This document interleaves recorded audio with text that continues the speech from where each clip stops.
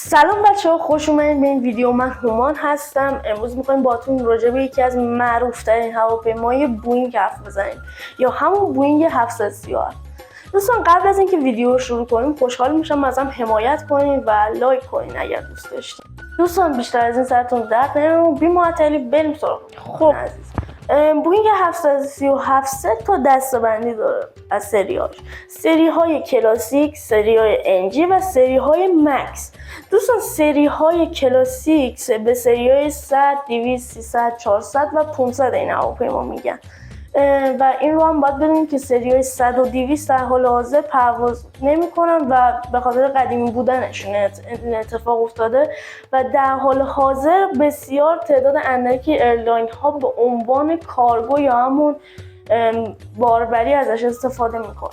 دوستان و کلاسیک های که بهتون گفتن سری 300، 400، 500 در واقع هواپیمایی هستن که اونها توی دنیا کم پرواز میکنن و ایرلاین های زیادی از این هواپیما استفاده نمیکنن چون که بسیار اونها هم قدیمی هستن.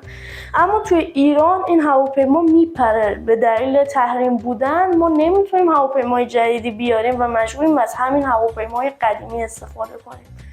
و دوستان بریم سراغ مدل های NG. دوستان سری های مدل NG به سری های 600، 700، 800، 900 میگوین.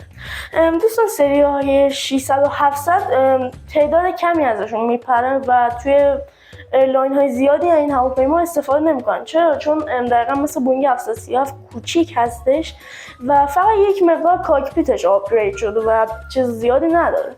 اما دوستان سری 800 که جزو سری های NG هست پر مصرف ترین 737 هست و تقریبا کل ایرلاین های دنیا به جز ایران و دلیل تحریم دارنش. دوستان سری 900 هم مثل سری 800 یکم درازتر شده و یک مقدار کاکپیتش آپگرید شده. دوستان سری های مکس، بریم سراغ سری های مکس. سری های مکس در واقع به سری های مکس 7، مکس 8 و مکس 9 و مکس 10 میگوید.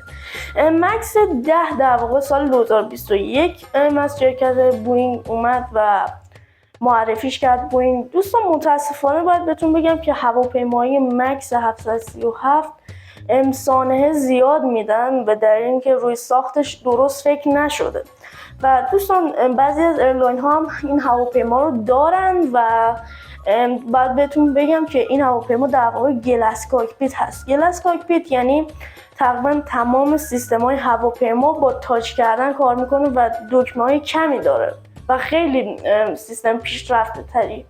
دوستان خوشحالم که تا اینجای ویدیو رو دیدین. اگر دوست داشتین میتونین از ما حمایت کنین و ویدیو رو لایک کنین.